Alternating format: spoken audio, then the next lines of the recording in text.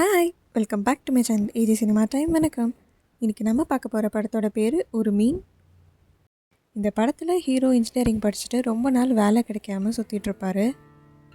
அப்போ எதாச்சியாக ஹீரோவுக்கு ஒரு புக்கு கிடச்சிருக்கும். அன்றைக்கி நைட் கரெக்டாக மணி 12:15 அடிக்கிறப்போ அவரோட ஃபோனுக்கு ஒரு அன்னோன் நம்பர்லேருந்து கால் வருது. அப்போது அவர் வீட்டை சுற்றி இருக்க லைட்டெல்லாம் ஃப்ளிக்கர் ஆகுது. அப்போது அந்த காலில் உங்கள் வாழ்க்கையை மாற்ற போகிற நம்பர் 7ன்னு சொல்கிறாங்க. அப்படி 7-ஐ 10 டைம்ஸ் சொல்லுவாங்க. அந்த நம்பரை ஹீரோ கூகுளில் போட்டு செக் பண்ணுறப்போ ஒரு கம்பெனியோட பேர் வரும். அந்த கம்பெனிக்கு இன்டர்வியூக்காக அடுத்த நாள் ஹீரோ போகிறாரு.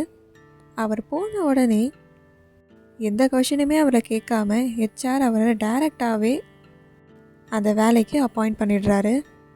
இத்தனை நாள் வேலை கிடைக்காம சுற்றிட்டு இருந்த ஹீரோவுக்கு போன உடனே ஒரு கேள்வியும் கேட்காமையே வேலை ஈஸியாக கிடச்சிருது. இப்போது ஹீரோ செலக்ட் ஆனதுக்கப்புறம் அவருக்கு ட்ரைனிங் கொடுக்கறதுக்காக ஒரு பொண்ணு வருவாங்க. அவங்க தான் இந்த படத்தோட ஹீரோயின். அவங்க ஹீரோ படிச்சுட்டு இருந்த காலேஜில் ஜூனியராக இருப்பாங்க. ஹீரோ அவங்கள ஒன் சைடாக லவ் பண்ணிட்டு இருந்திருப்பாரு. அவங்களுக்கும் ஹீரோவை பிடிக்கும். ஆனால் 2 பேருக்கும் ஒருத்தரை பிடிக்குங்கிற விஷயம் 2 பேருக்கும் தெரியாது. இப்படி ஹீரோவோட வாழ்க்கையில் ஒரே சமயத்தில் வேலை லவ்னு எல்லாம் செட் ஆகிற மாதிரி வரப்போ ஹீரோயினுக்கு ஒரு பிரச்சனை வரும்.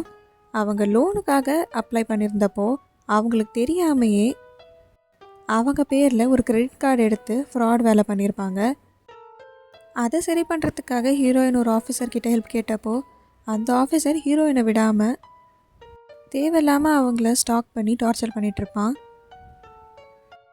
இதை பற்றி ஹீரோயின் அவங்க ஆஃபீஸில் இருக்க ஃப்ரெண்ட்ஸ் கிட்ட சொல்கிறப்போ இதை ஹீரோ கேட்டுட்டு நான் இந்த பிரச்சனையை சால்வ் பண்ணுறேன்னு அந்த ஆஃபீஸரை பார்க்கறதுக்காக போவார்.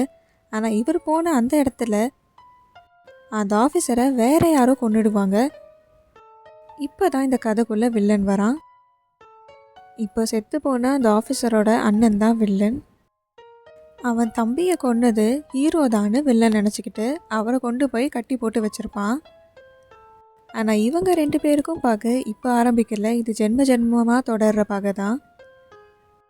பல ஜென்மமாக ஹீரோவுக்கு வில்லன் ஃப்ரெண்டாக இருப்பான். ஆனால் ஃப்ரெண்டாக இருந்துகிட்டே கூட இருந்தே கூலி பறிச்சிருப்பான். எல்லா ஜென்மத்திலையும் ஹீரோவோட சாவுக்கு காரணமாக இருக்கிறதே வில்லன் தான். இந்த ஜென்மத்திலையும் அதே தான் தொடரப்போகுது. அப்படி அதை தடுக்கணுன்னா ஹீரோ வில்லனை கொன்னாகணும்.